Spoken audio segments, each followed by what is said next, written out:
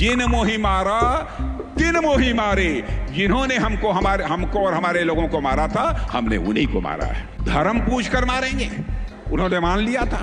भारत शांत होकर बैठ जाएगा, हम लोगों ने तय किया, हम इसका मुंहतोड़ जवाब देंगे। यह तकनीक भी दुनिया के दूसरे देशों के नौजवान बनाते थे। अब बड़ी संख्या में हमारे देश के नौजवान वो सब सारी तकनीक बना रहे हैं, वो टेक्नोलॉजी बना रहे हैं। आपकी आवाज को सुनने आ रही है प्रभात खबर इलेक्शन एक्सप्रेस। देखते रहिए प्रभात खबर इलेक्शन एक्सप्रेस। उन्हीं की पूंजी लगती थी और हम लोग जब जरूरत पड़ती थी तो दुनिया के दूसरे देशों से जाकर, चाहे कुछ भी हो, हवाई जहाज हो, हथियार हो, प्लेटफॉर्म्स हो, जो भी हो, सब कुछ हम दुनिया के दूसरे देशों से खरीदते थे। लेकिन आज मैं आपको जानकारी देने के लिए आया हूं बहनों भाइयों, अब हम इनमें से बहुत सारी चीजें न केवल भारत की धरती पर बना रहे हैं, न केवल भारतवासियों के हाथों से बना रहे हैं, न केवल हम अपनी आवश्यकताओं को पूरा कर रहे हैं, बल्कि हम दुनिया के दूसरे देशों को भी हम एक्सपोर्ट करने का काम कर रहे हैं, उनके पास भी हम भेज रहे हैं। दुनिया के देश सब हमारे सामान को खरीदने का काम कर रहे हैं। जब मोदी जी पहली बार 2014 में प्रधानमंत्री बने थे, उस समय भारत के डिफेंस आइटम, रक्षा उत्पाद की चीजें दुनिया के देशों को केवल 600 करोड़ रुपए की एक्सपोर्ट होती थी, माने जो दुनिया के दूसरे देशों के लोग खरीदते थे। बहनों भाइयों, आपको जानकर खुशी होगी, अब हम 24,000 करोड़ से ज्यादा का डिफेंस आइटम अब एक्सपोर्ट कर रहे हैं। यह है भारत की ताकत, यह नए भारत का यह नया रक्षा क्षेत्र है।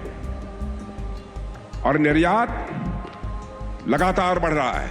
और मैं यहां के नौजवानों का करिश्मा बतलाना चाहता हूं। जो टेक्नोलॉजी होती है, जिसे हिंदी में तकनीक कहते हैं, यह तकनीक भी दुनिया के दूसरे देशों के नौजवान बनाते थे। अब बड़ी संख्या में हमारे देश के नौजवान वो सब सारी तकनीक बना रहे हैं, वो टेक्नोलॉजी बना रहे हैं, और उसी टेक्नोलॉजी का प्रयोग करके हम बहुत सारे अपने रक्षा से संबंधित हथियार, प्लेटफॉर्म्स, बम, तोप, गोले और मिसाइल बना रहे हैं। आपने देखा कि ऑपरेशन सिंदूर हुआ। शिवराज सिंह जी ने आपके सामने चर्चा की कि कैसे पहलगाम में कुछ आतंकवादियों ने आकर हमारे वहां पर्यटन के लिए गए कुछ निर्दोष नागरिकों की निर्मम हत्या कर दी थी। मेरे बहनों भाइयों, उन्होंने मान लिया था कि भारत शांत होकर बैठ जाएगा। हमारे प्रधानमंत्री जी का संकल्प था, हम लोगों ने तय किया, हम इसका मुंहतोड़ जवाब देंगे। और आपने देखा होगा, ऐसी कल्पना भी कभी नहीं की जा सकती थी। धर्म पूछकर मारेंगे। पूछते थे कि तुम कौन हो। बहनों भाइयों, हम लोग धर्म किसी का पूछ कर किसी की हत्या नहीं कर सकते। हम तो किसी की हत्या में विश्वास ही नहीं करते। बल्कि चींटी को भी, हमारे घर में माताएं बहनें जो आटा गूंथती हैं, तेरी चींटी कोई थाली के बगल से गुजरती है तो थाली का आटा निकालकर उस चींटी के खाने के लिए डाल देती हैं, और ईश्वर से कामना करती हैं कि यह चींटी भी दीर्घजीवी हो। यह भारत की सोच है। और यहां आतंकवादियों ने आकर धर्म पूछ कर लोगों को मारा। तो बहनों भाइयों, हम लोगों ने भी ठान लिया कि हम धर्म पूछकर किसी को नहीं मारेंगे, बदला नहीं लेंगे। हम उनका कर्म देखकर हम उनको मारेंगे बहनों भाइयों, और कर्म देखकर हम लोगों ने मारा।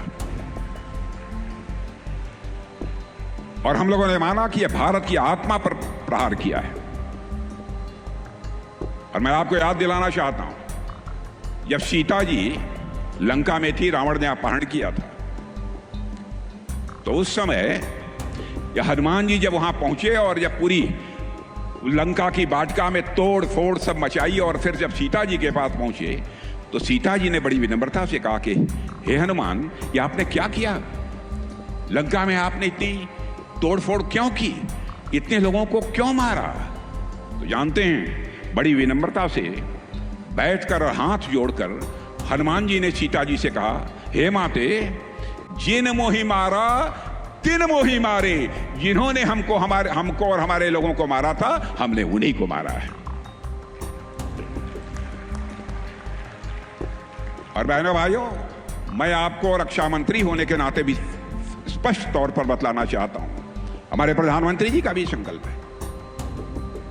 भारत किसी को आज तक कभी आंख उठाकर देखने की कोशिश नहीं की है। भारत चाहता है केवल भारत का ही कल्याण न हो, बल्कि पूरे विश्व का कल्याण होना चाहिए। और दुनिया का अकेला देश है भारत, जहां के ऋषियों और मनीषियों ने वसुधैव कुटुंबकम का संदेश दिया है। भारत की सीमा में ही नहीं, बल्कि पूरे विश्व की धरा पर रहने वाले जितने लोग हैं, सभी का कल्याण होना चाहिए। यह संदेश सारी दुनिया को, दुनिया के किसी एक देश से गया है तो केवल और केवल हमारे और आपके देश भारत से गया है। मेरे बहनों भाई, दुनिया के अन्य किसी देश से नहीं गया है, भारत से गया है। हम सभी का कल्याण चाहते हैं, लेकिन जैसा शिवराज जी ने कहा, इसका मतलब यह नहीं है कि जो चाहे वह भारत पर आक्रमण कर दे। जो हमें छेड़ेगा हम उसे छोड़ेंगे नहीं। यह भी संकल्प है, यह भी ताकत भारतवासियों के अंदर है। और बहनों भाइयों, और आज बीएमएल की जिस यूनिट का यहां शिलान्यास हो रहा है, उससे न केवल रोजगार के नए अवसर खुलेंगे, जैसा मैंने बताया कि अन्य बहुत सारे छोटे मोटे उद्योग भी यहां पर खड़े होंगे। स्थानीय लोगों को काम मिलेगा। आप भी जो यहां पर बैठे हुए हैं, आपके परिवार के किसी न किसी नौजवान को निश्चित रूप से काम मिलेगा, ऐसा मेरा पक्का विश्वास है। और साथियों, जहां तक मध्य प्रदेश का प्रश्न है, हमेशा ये जंगलों की खूबसूरती, अपने टाइगर्स और अपनी प्राकृतिक सुंदरता के लिए पूरे भारत में जाना जाता है।